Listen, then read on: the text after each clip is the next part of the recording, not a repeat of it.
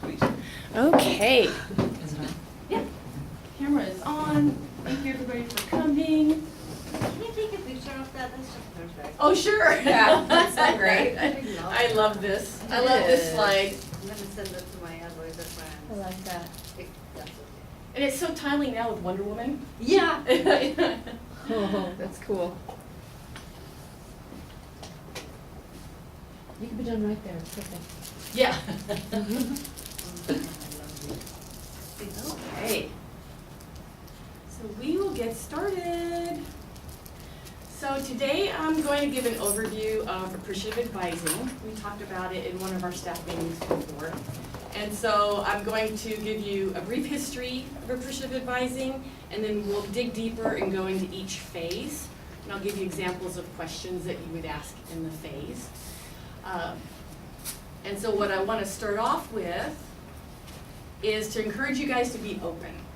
Because I know you have a lot of experience in advising, you have your own unique personalities, and we probably have developed our own personal style of advising. And so I'd like you to just be open and see if there's anything in this presentation that maybe you could add on to your current toolkit.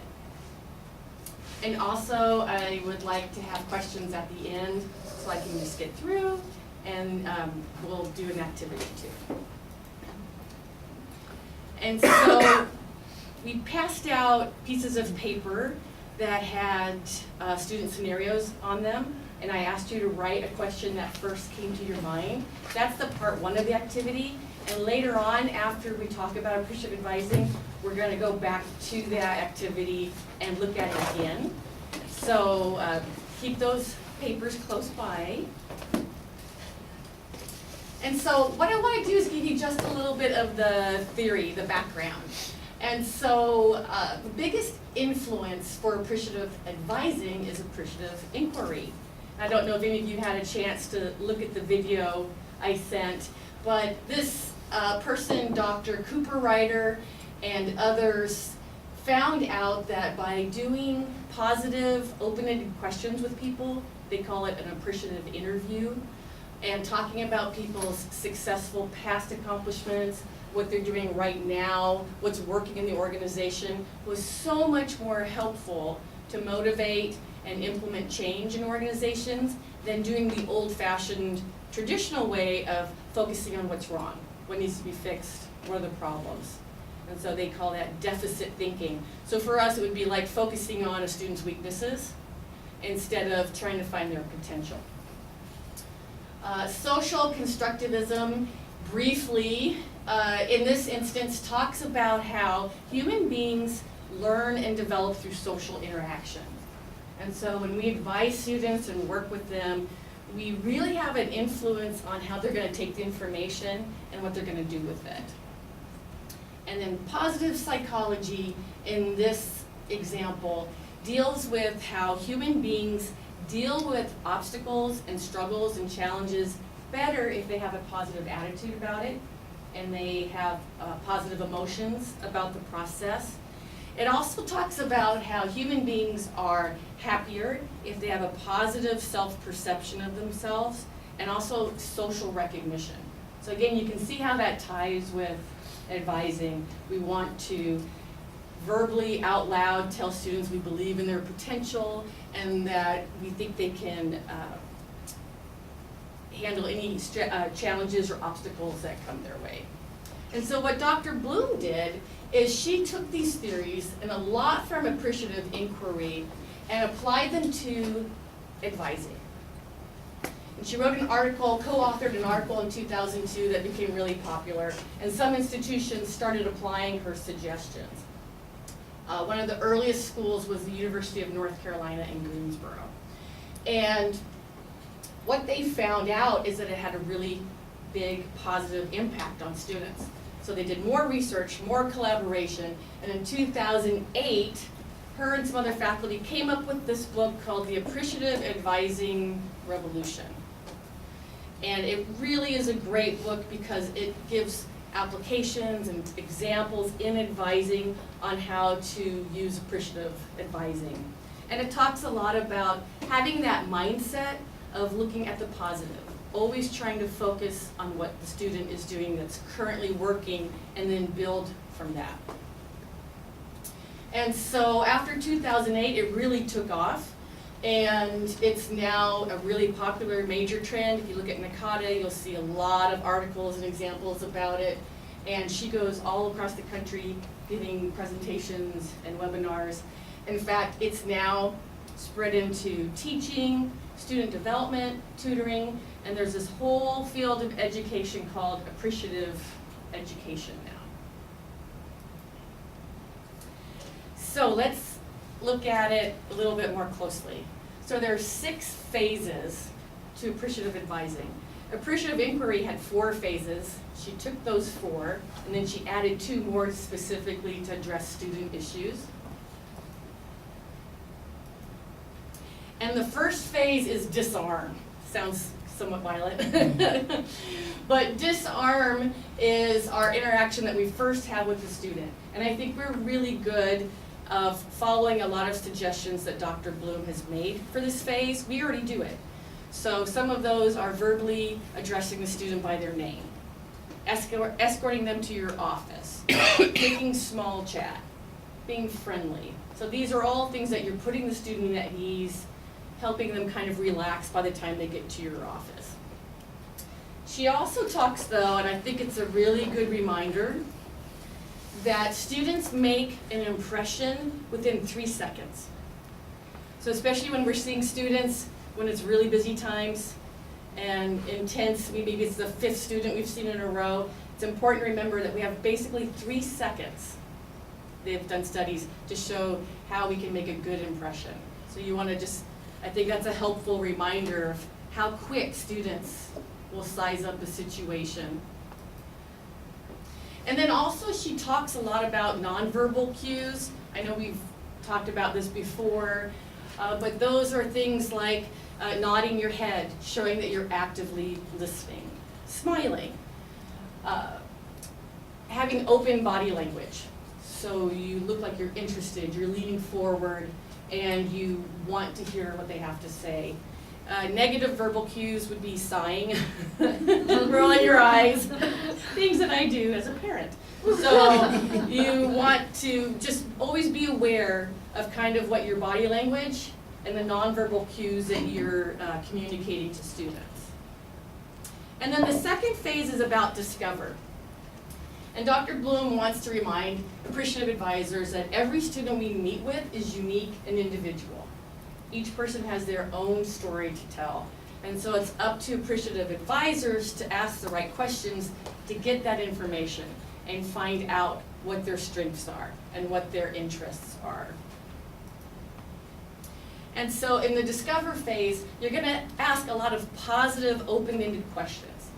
And they're questions that make the student reflect. So we do some of this in the College 101 stack, where they have to think about what they want to do and where they're going. In this phase, you might ask students about past accomplishments or things that they're doing well right now. So an example would be, can you tell me about something you've done at Cascadia that you're really proud of? Or can you tell me about how you positively impacted somebody's life?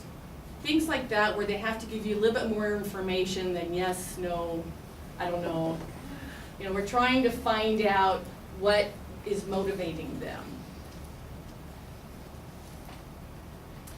And then the third phase is the dream phase. Just like it sounds, you would ask questions about students' hopes and dreams.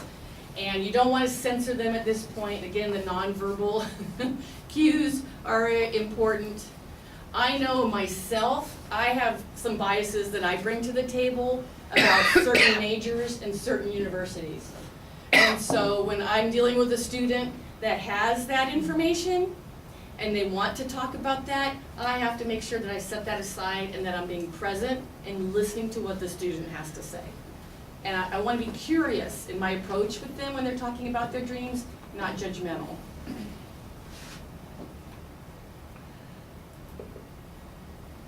And so in the dream phase, these are questions that you would ask that are like what if scenarios. So you're thinking, you want them to think about the future. So an example would be, what if money was not an object? What career would you do? What if your parents said you could do whatever you wanted? What would you study? So questions like this, trying to, again, free their mind and dream big, and we're getting more and more information as we talk to them and finding out why they're attracted to these dreams and ideas. The fourth phase is the design phase, and we do this probably every day, and that is working with students, co-authoring a plan, and doing their education plan. Talking to them, finding out what their goals are, and then helping them make a plan to achieve those. And so I think, especially with the stack assignment, it's really helpful to tell students why this exercise is being done and why it's meaningful, and to show them the benefit of planning, and to also help them break down those big goals into smaller, more manageable next steps. So questions in the design phase, you might be brainstorming with them to come up with ideas on how to get information about a specific career. You might need to refer them. You might be talking about other people they might know in their personal network that could help them. You might suggest they talk to faculty. And these questions in this phase are kind of inspired by action. So what is one thing that you could do this week to help you get closer to this goal? What's one thing you can do this quarter to research this career? So again, it's asking them questions and having them come up with the answers in a positive way.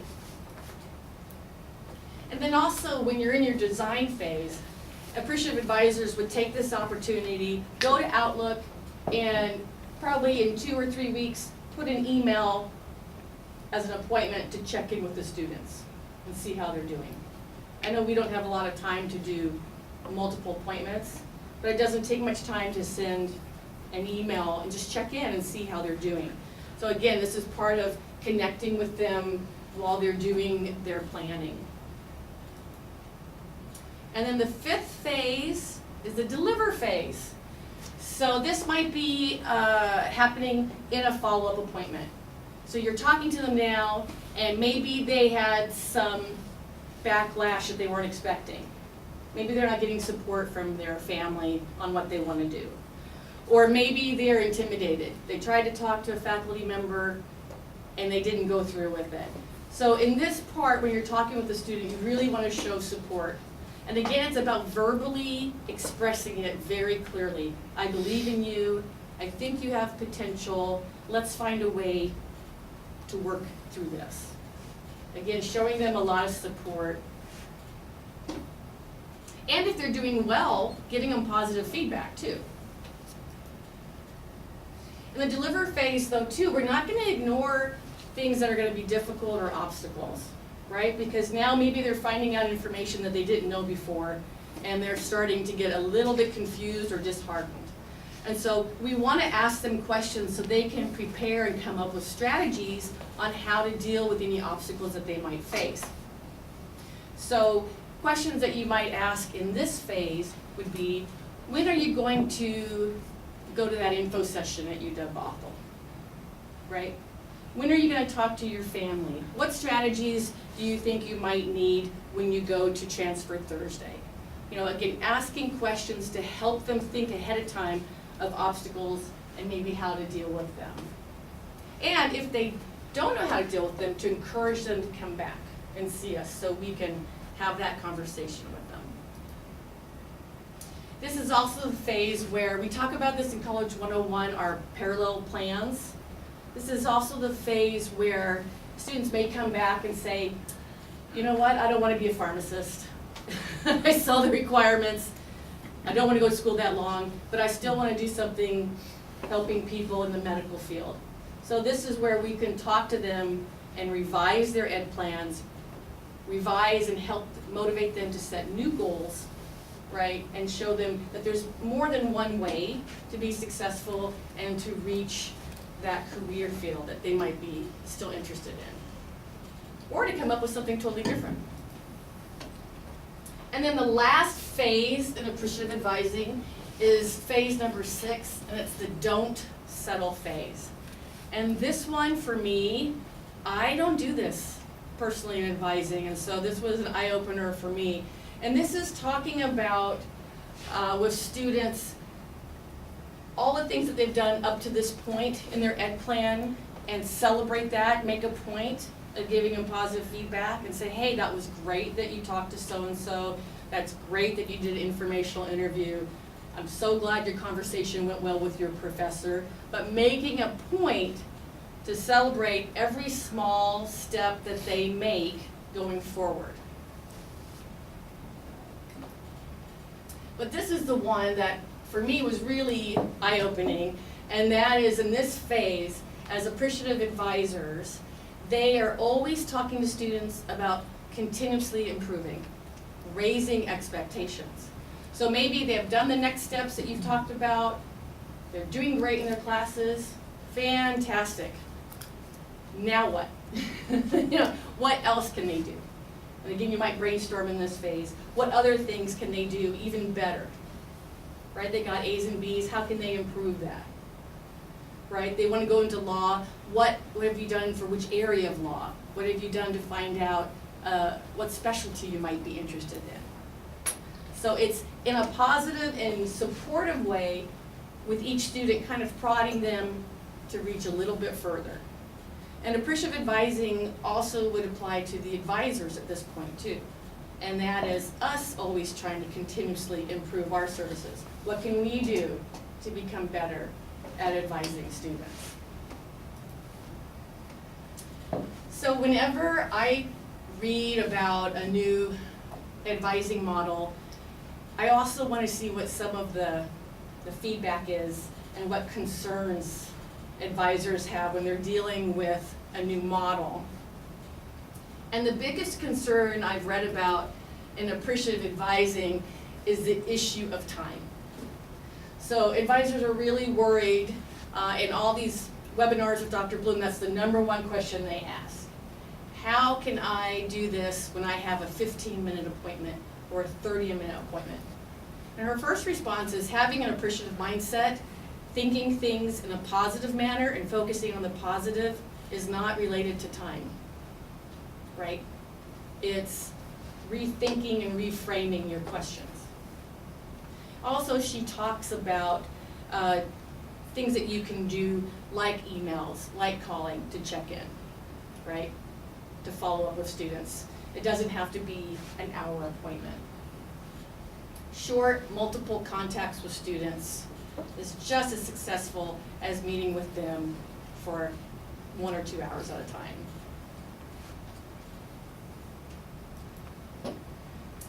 And then another concern that came up, and this would impact, I think, some of us part-time advisors, is that you don't see the same students consistently, right? We see a variety of students. And so what can we do in that scenario? And some of the institutions that follow appreciative advising, they really stress the importance of advising notes. And right now we're starting to do that more, right? Keeping notes, putting them in the academic advising file, putting on SM 40115C advising file. If we were doing this model, we would be more consistent in doing that.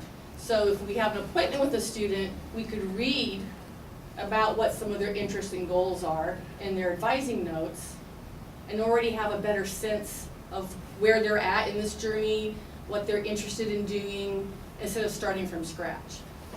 And so one of the suggestions she makes is having a template that's really easy to use, put it in there, and make sure that everybody knows that there's notes on these students.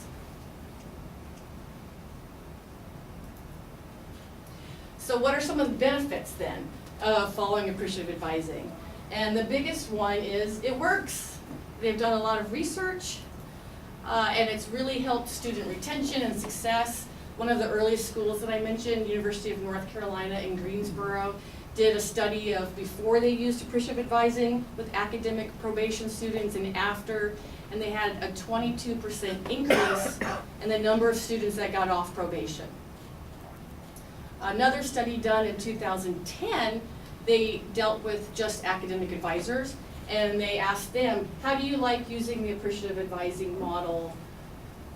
Have you noticed any changes in your advising? And an overwhelming majority said yes. They had higher job satisfaction. They felt that they had stronger, better relationships with students. And what was interesting is they said, not only did they feel they had better relationships with their students, but also their coworkers and also people in their personal life. So this positive mindset was kind of spilling into other areas of relationships.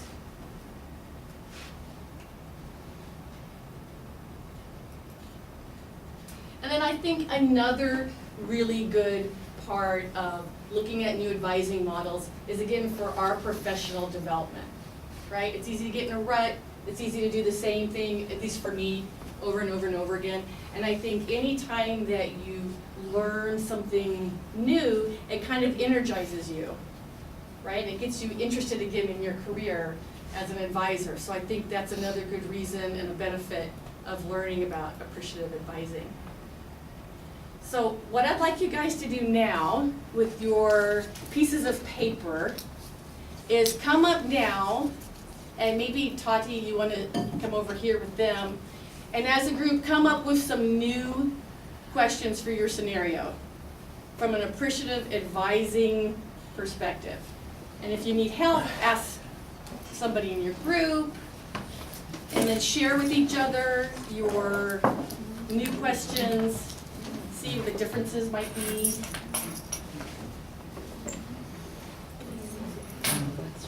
Just take a couple minutes and do this. Gonna be in the way of the.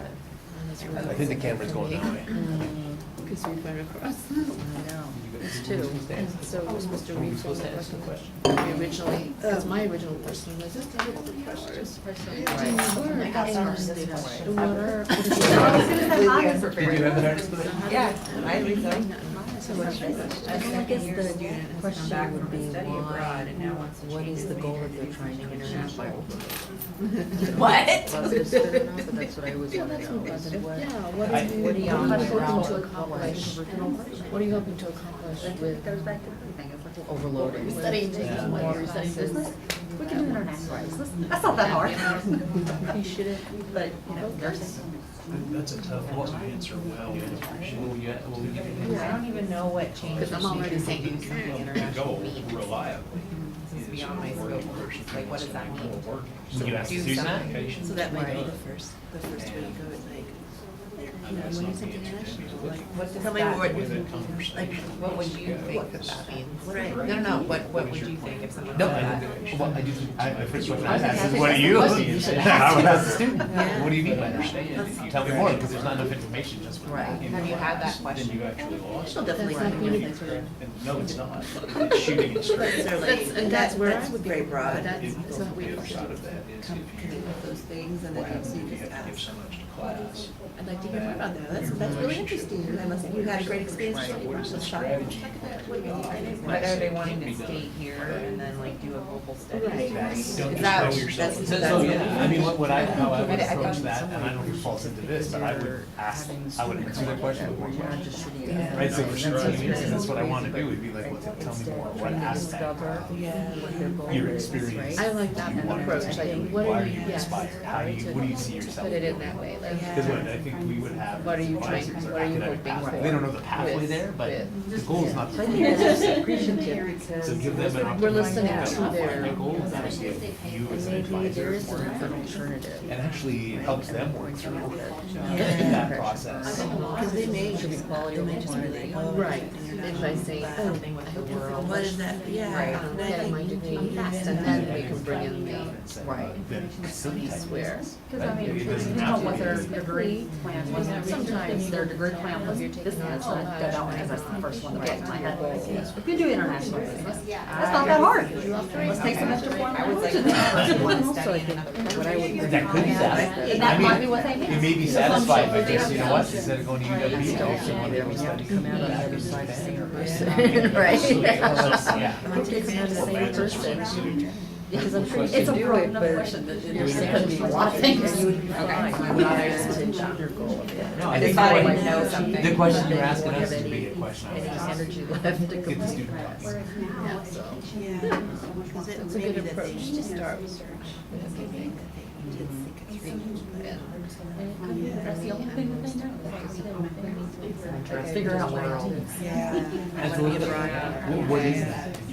Do it, yeah. This is your thing. Yeah. Right. English on Korea for 2 years? So Yeah. it's I had helpful. students that don't help with that. No, that would be me. I have disabilities too, we dismissed if grades don't improve this quarter. Transfer next year. Right. She didn't understand. We got 1 minute left. Imagine 1 a minute. probation contract or something. And I explained When I was it, doing it it, they made come sense to out of her, their and she was like, okay, now I understand why I I'm sure should they're not in do it. trouble, because I always, they come in and they're like, Well, no, that's what we should advise them. because they have to, right? So I Because did, that like, is I'm glad you giving came them in information that today, they and don't have. the reason we have students come see us when they're on probation is the plan They don't strategy. have all of the information. We don't. So, this one I think is I struggled with this one, because I don't know how to Okay. get to answer this by appreciating it. Because I Our like to say, wrap what up challenges part. do you have? UC Davis. But is that Discussion negative? part. I mean, I think kind of, my question is like a running straight. Did you change it? Comes collecting all the information out here.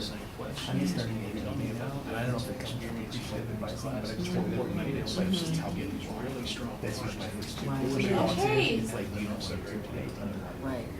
tell me why. We'll wrap up our discussion part.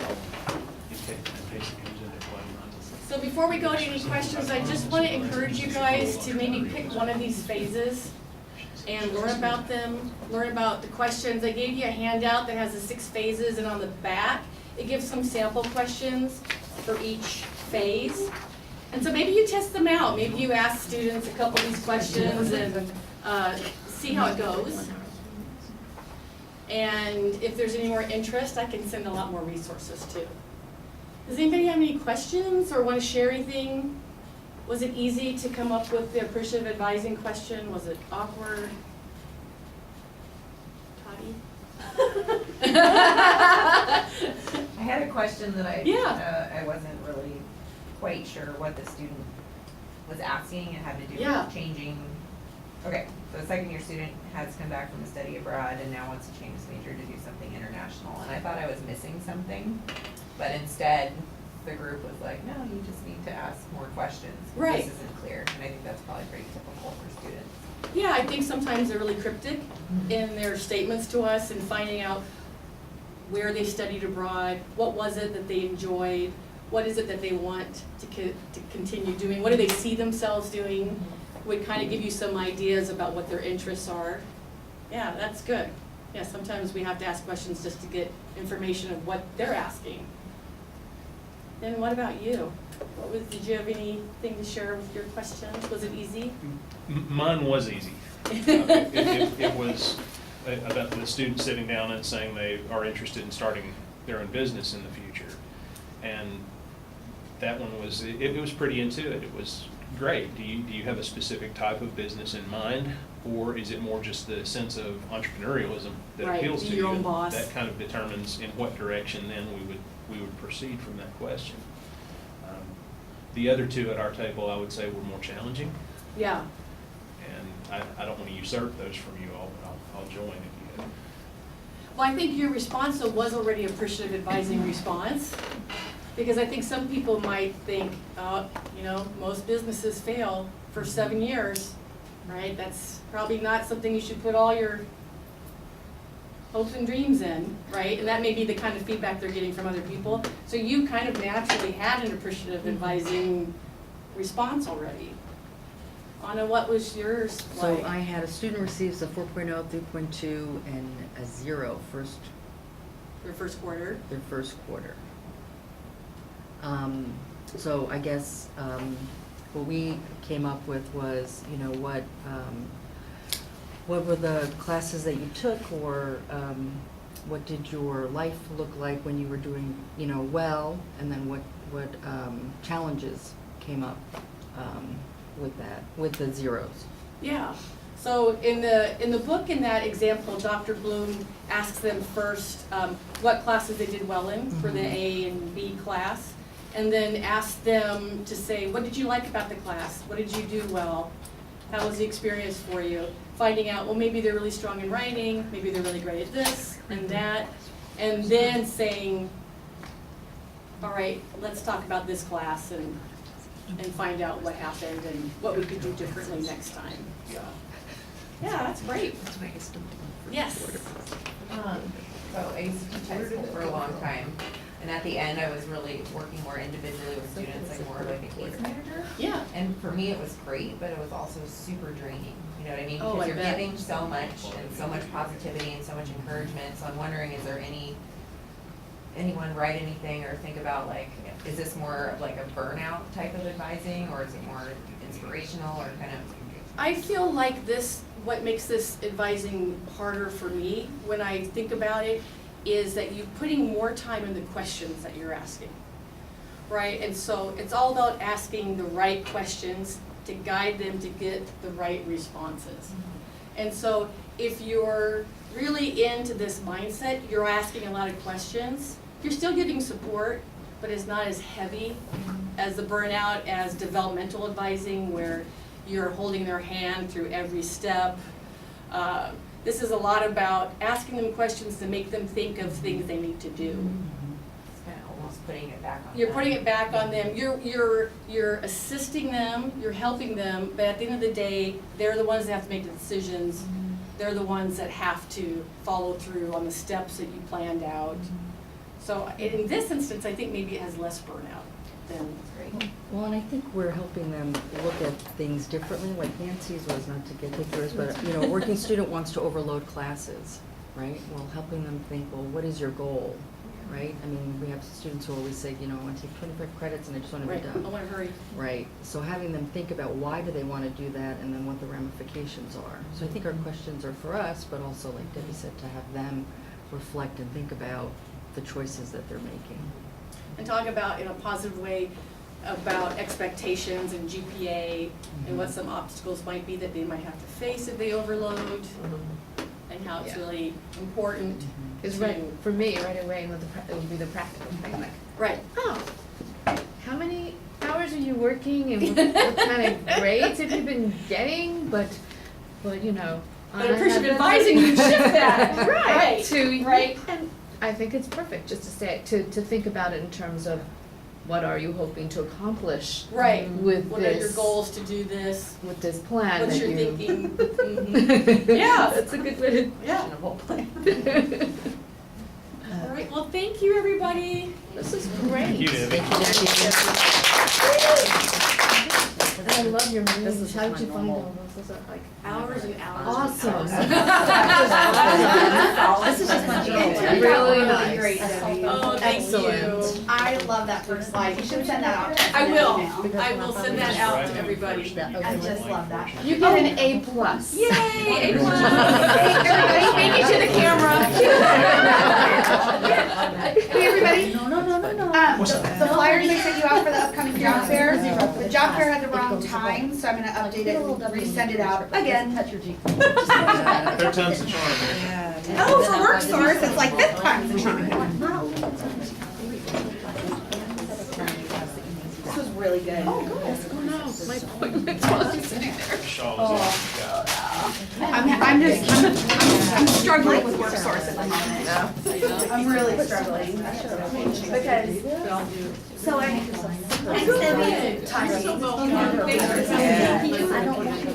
had to contact my work source contact person, because I knew this was a bit. Which is not gonna help her. You know, I backtracked, you know what?